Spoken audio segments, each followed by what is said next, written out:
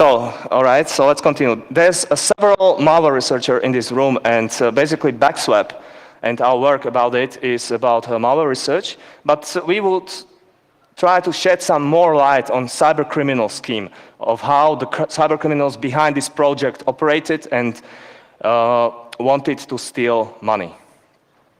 Let's jump straight to the outline of our talk, the three main parts. The first, we will try to explain the evolution of this malicious project and its highlights in the time the cybercriminals took to develop it. And we will explain also why it's kind of innovative, and maybe we will see more of these kind of malwares in the future. In the second part, we will explain the most interesting technical aspects of this threat. Sometimes malware researchers are lucky that the malware authors incorporate interesting stuff in their piece of code, and this is exactly the case. And in the third, the most important part, we will explain the cyber crime scheme, the modus operandi of how cyber criminals wanted to wash their heists. So let's move to the first part. The malware developers behind this threat continuously improved in their leverage of Windows Clipboard. Windows Clipboard is the essential part of Windows operating system that helped apply and write web injects for these authors. This is the timeline starting from late 2017. We won't go too much detail into all those events, only 3 messages from this slide. These guys continuously improve their code, they continuously start new malware campaigns, and they started to experiment with new concepts. There's 3 key points that is related to this slide. To say more in detail about these highlights, all started as a conventional banking Trojan, conventional man-in-the-browser attack called Timba. It's something similar to, I don't know, Carburp. I guess in Russia there were highlights about how Russian law enforcement caught these guys in 2013. So Timba was something similar, conventional banking Trojan incorporating 2 methods, web injects and form grabbing, using hijacked or hooked attack points in browsers, and nothing new in this area. And they took their source code and they thought how to improve it, and they did it continuously. They started a project using that code, but the functionality was not a banking Trojan, it was a generic clipboard replacer. So the code was just searching for a pattern of a crypto wallet or bank account in the clipboard, and when it found that pattern, it replaced it. So very generic approach, but they wanted more. They wanted some more specific way, and they wanted to incorporate web injects and perhaps form grabbing as well. And these initial projects, they didn't involve bank accounts of real banks, because if you would like to use these kind of attacks, you are not able to use your own bank accounts. You always need money mullers. So it's kind of harder to test real bank accounts. So crypto wallets is a good start. You have full anonymity with it. So that was the initial project, and the first BackSwap also was tested with these crypto wallets, and also with cryptocurrency payment systems and exchanges like Advanced Cash and WebMoney.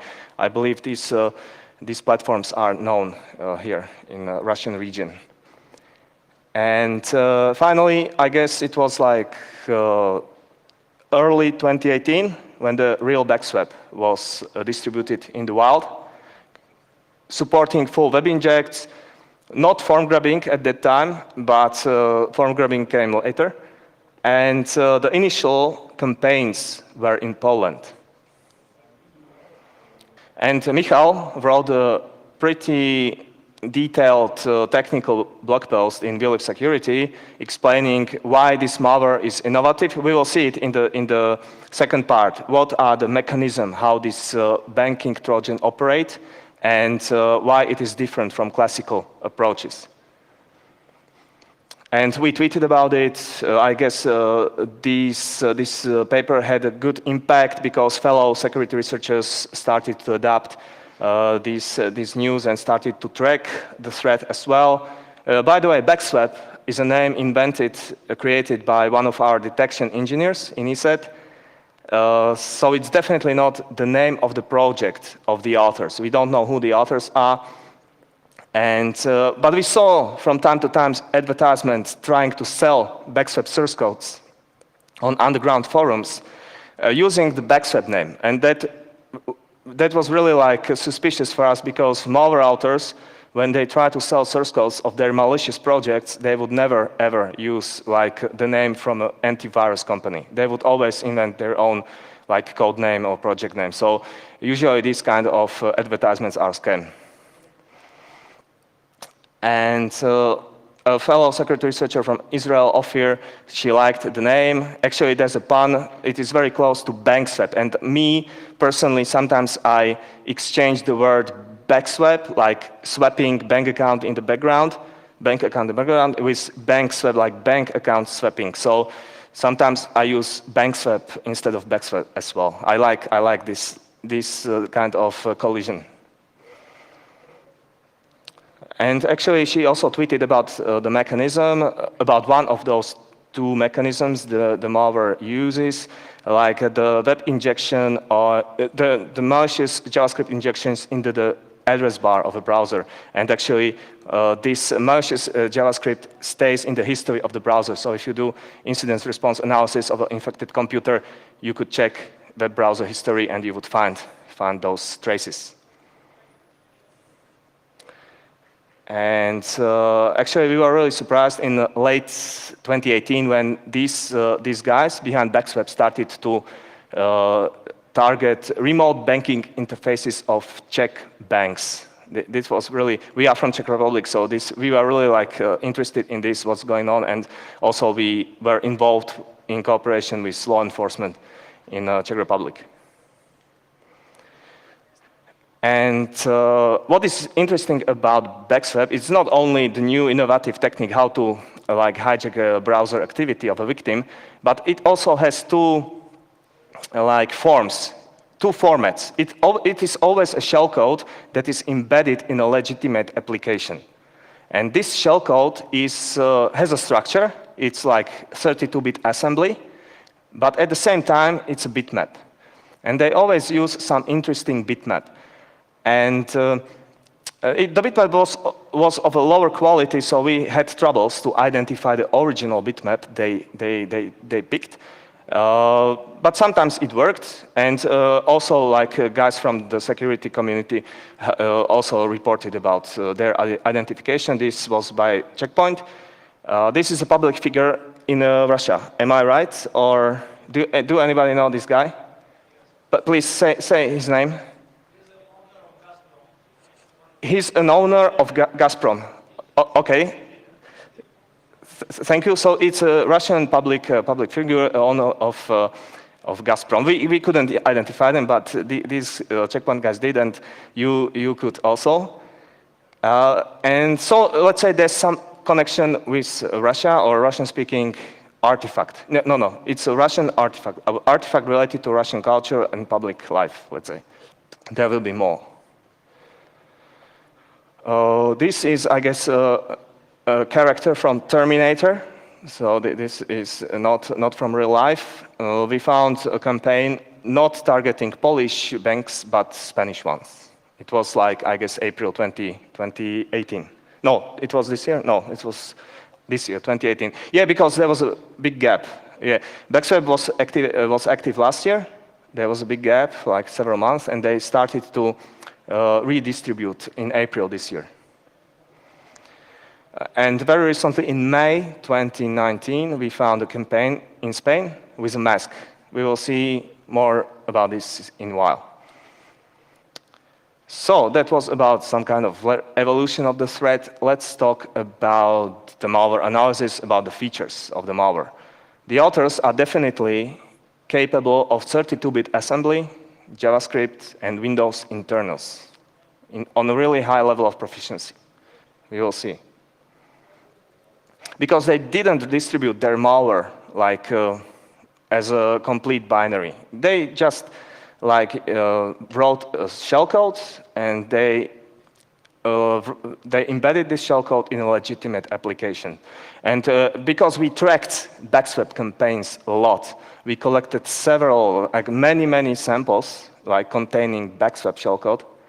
And then we took a look at icons from these legitimate applications, and this is what we got. They used Oli Debugger or WinRAR as the application that carries the BackSwap shellcode. And they always applied some tricky Trojanization. They picked a call from C runtime, or they modified a Delphi call. So the shellcode itself was pretty hidden, and it was not for a beginner analyst to find those pieces of malicious code. And now we explain the mechanism, how BackSwap operates. As I said already, the conventional man in the browser tags just try to hook very specific functions that would contain an argument which would contain the raw HTTP data before SSL encryption. In this case, they completely switched from this approach to leveraging graphic user interface system. So they hook relevant graphic user interface events instead, and they wait for a correct bank URL to trigger the main action. And when the action is triggered, they identify the browser window. This could be done easily. They insert the malicious JavaScript into the clipboard. They make browser window transparent so user wouldn't interact with their activity.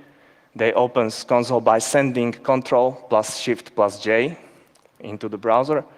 Then they paste the script and triggers the JavaScript by using Enter. And then they would do a cleanup.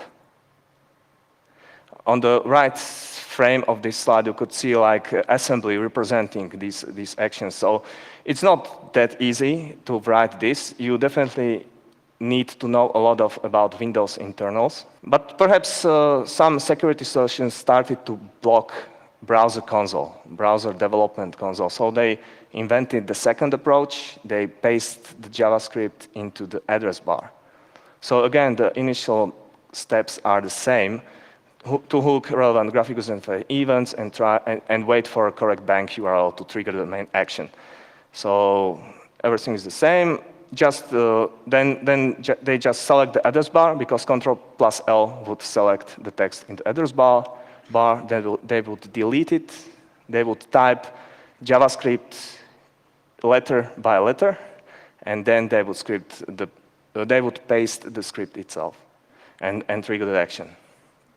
So all done through simulating users' behavior, all stored in the history of the browser. Again, on the right, there's assembly representing this code. And actually, this was the core mechanism. And with this core mechanism, they would just paste the malicious JavaScript into the browser. And this JavaScript could do the same thing the regular man in the browser Trojan would do, to do web injects and to do form grabbing. And in this sequence of 5 or 6 slides, we will show you exactly the mechanism. You have 3 elements here. On the right, you can see a browser with Google search engine loaded. And on the left, you can see 2 windows. One is our emulator of BackSwap that runs in the console with the parameter, the malicious script that we borrowed from the authors. Except of some changes, tiny changes, the JavaScript was malicious. Our emulator was just artificial copy of their activity. And on the lower left, you can see a notepad. This serves just as an indicator of what is in the clipboard. This notepad would reflect what's happening in clipboard. So this is the setup. And now user selects the address bar in the browser, and our emulator catches the event. It shows that URL accessed and the engine address. And the user starts to type his favorite remote banking interface. In this case, it's a Spanish bank, and our emulator of BackSwap catches all the events, all the strokes of the user, and always compares it with patterns that is hard-coded in the script. And so if the URL fits some of these patterns, of these rules, the malicious JavaScript is injected into the browser. And so now the tab of the browser is compromised, and this is like the initial page of internet banking of a Spanish bank, and the user just fills his credentials into the forms, but the tab is compromised. So the malicious JavaScript just catches all this information entered into the forms. It copies it into the clipboard, and if we do a paste from the clipboard at this right moment, we can find a special format, a special string formatted in the characteristic way that contains all the login information of the victim. So this is form grabbing done by BackSwap.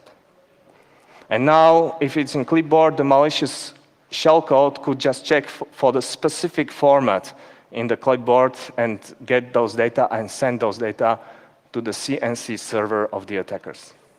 So if we compare conventional MITBs with this new approach, we can see many differences. Like if you do classical MITB attacks, you need to write your malicious module that would be injected into the targeted browser for both platforms, because there are users who use 32-bit Chrome and there are users who use 64-bit variants. Moreover, you need to support the specific browser, because some users use Opera, some users use Firefox, and so on. Moreover, for Chromium-based projects, it's another additional tricky part, because the attack points of interest, the functions that are hooked by conventional banking Trojans, sometimes changes. So they need to support their malicious activity continuously as the browser develops. And another disadvantage of a classical MITB is that this is a technique known from, 2007, used first by Zeus. So there are many security solutions providing specific security against these kind of attacks. So this is a disadvantage for the attackers. Perhaps all these reasons give BackSwap authors enough energy or motivation to create something new, because all the old man-in-the-browser attacks are so known and could be easily prevented. The advantage of a classical MITB is that the attacker gets full control over the browser. This is not the case of BackSwap. So how BackSwap has the advantage in comparison with MITBs, classical ones? Browser architecture doesn't matter. All is happening in the graphic user interface subsystem. So it works for any browser as long as it supports JavaScript, address bar, or web development console. Specific version of the browser doesn't matter. And because only tiny JavaScript is used as a malicious activity, it's even harder to detect this malware. And what could be a disadvantage? It is that only the active web browser tab is compromised. All the other tabs are intact. And again, when we learned about this threat, we tried hard to adapt some, or we tried to explain the threat, so perhaps security solutions would bring their approach how to mitigate this attack. I guess this was the case. Like that's the good thing about sharing this knowledge, that if you share the mechanism, the security developers could learn from it and like develop mitigation strategies and solutions. No, as we said before, shellcode of BackSwap had structure like it has two structures. First one was the shellcode itself, and the second one was a bitmap with the correct header. And this is an example of a BackSwap, I guess, from its early days. The shellcode itself, this is a bitmap representing the file. The shellcode itself is the part with the huge noise. And the rest is a picture of Stalin with quotation like naše delo pravoje, my povedím. I guess this is our cause is right, we won. And this is the like identified original. This was the original, and the malware artist took a lower quality copy of this image. But this is not by Stalin. It was from the speech of General Molotov on June 22nd, 1941, announcing Soviet Union was announcing war against Nazi Germany, and this was from the speech to the public. And I guess this slogan is also used in medals for Soviet soldiers. I believe this is kind of cultural reference against related to Russian history. But there were more of these pictures. We were always curious about which picture was used in their campaigns, and hard to identify. I don't know about these. Is this Zelda? Yeah, this is Zelda. This is from Scarface with Al Pacino. So I guess these three pictures doesn't have any relation to Russia or Soviet Union. We thought this is Ronaldo, but perhaps it is, I don't know. And a guy without head. Okay, Israeli researcher from Checkpoint identified that this is part of a character from South Park. Cartman's part of a body. Yeah, this was a tweet revealing the connection. And yeah, our friend from Checkpoint, also Mark Lektik, told us that this is a character from a Soviet series, like 70s. Do anybody recognize this series? Yeah, there are several people.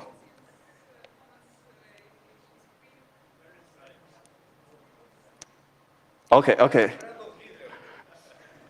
So okay, good. You would, we couldn't identify him, but our colleagues did. And okay. So sometimes it was Russian related or Soviet related. Sometimes it was not. But there were cases these malware authors directly sent us messages, us as an antivirus community. This was an example. Dear AV vendors, you suck. From huge love, with huge love from Russia. Okay, so these we can't confirm that they are from Russia, but they pretend to be from Russia at least. And this is Putin drinking champagne. Is that correct? Yeah. So this was one message, and they sometimes this was kind of innocent message, but sometimes they threatened us, like they warned us not to mess with their shellcode, but suggested different activities instead. So this was directly from the data section of one of the binaries. And this was from a recent campaign. It was May 2019. Actually, there were two events happening on that day. It was like 2nd of May. Like in early noon or early afternoon, the guys was spreading BackSwap with this bitmap representing the shellcode. It is a mask. It is like a character from an American movie with Jim Carrey. And at J. Rodriguez B, realized, he's a Spanish security researcher, and he realized that a local Spanish TV, TNT, broadcasted the mask, both parts of mask on the same day. So perhaps these two events were really related. It was a Spanish campaign. Yeah, this is La Máscara. La Máscara means a mask. This is data from submission to the VirusTotal service. We saw it at 1 p.m. and the first submission to the VirusTotal was at 5 p.m. and the broadcasting was at, I guess, at 2 or 3. So let's move to the third part. Perhaps now I give word to Michal. So let me tell you something about the cybercrime scheme now. So the attackers need a way to divert the money to their bank accounts during a wire transfer. And obviously, they cannot use their own bank accounts because if they would put the bank account into the binaries, they would get caught. We could report the bank accounts to the law enforcement, and they would just get arrested instantly. So they have to use malmules instead. And the way they get these malmules is that they hire them to the online advertisements. I'm sure you all saw these advertisements. It's like the too good to be true ads that promise you will make $10,000 per day for just sitting at home doing nothing and stuff like that. But some people fall for these ads, and they get hired, and they eventually provide their bank accounts for the operation. They of course don't have to know that they are able to commit a crime. They might believe that they are doing some legitimate business, some like trading or something. And once they do, the accounts get embedded into the binaries, and eventually, like when we victim try to send so money to pay his rent, he sends it to the mule instead. And of course, once the mule receives the fraudulent transactions, it needs to find a way to transfer the money to the attackers. We are not sure how this is done, but we think it might be done like through cryptocurrencies, that the mules buy cryptocurrency online for the money they stole, and then they transfer the cryptocurrency to the attackers, or that they just withdraw cash from ATM and then somehow pass the cash to them, or that they could also buy some stuff online on Amazon and just sending the stuff to some foreign country, and then the attackers will get the stuff and sell it. But we are not sure because we have no way of confirming this. So throughout our work, we collected over 70 unique mule bank accounts. As you can see on the graph, most of them were from Spain and Poland, and it directly correlates with the length of the campaigns in these countries. So that means the Spanish campaign was the longest one, then followed by the Polish one, and since the Czech campaign was quite short, it was like 3 weeks. There was just a few bank accounts there, and there was also a few Romanian ones. We don't know why they chose the Romanian one. It was in one of the Spanish attack, but we think they might have just gotten out of the Spanish accounts and decided to use Romanian instead. So that concludes the third part. And so let's summarize what we learned. The malware developers behind the thread continuously improved their leverage of Windows clipboard. That was the key part. And definitely the malware developers behind this knew a lot about Windows internals. They know a lot about JavaScript and 32-bit assembly. Perhaps, okay, now we don't know for sure, but perhaps it is also possible to port these mechanisms to another platforms. Perhaps we could see a similar threat leveraging a graphic user interface instead of hooking functions in the binaries, in the executables for Mac platform. Yeah, this could be like the next step that the attackers could implement. And finally, the attackers have to exploit either real people as their strawman or misuse fake identities. And this is actually the weakest link in their modus operandi, because if we track their campaigns and collect all the samples, collect all their web injects, extract all the bank account numbers, report these account numbers to banks, they could be the first first step. How they could block them, or just monitor the transactions from them, from these accounts, or we could report it to the law enforcement entities, so they could be more aggressive to mitigate the threat. So I guess this is the main reason why we security researchers should track activities of malware actors like BackSwap. And this is the point where I would stop our talk. So if you have any questions, we will be glad to answer.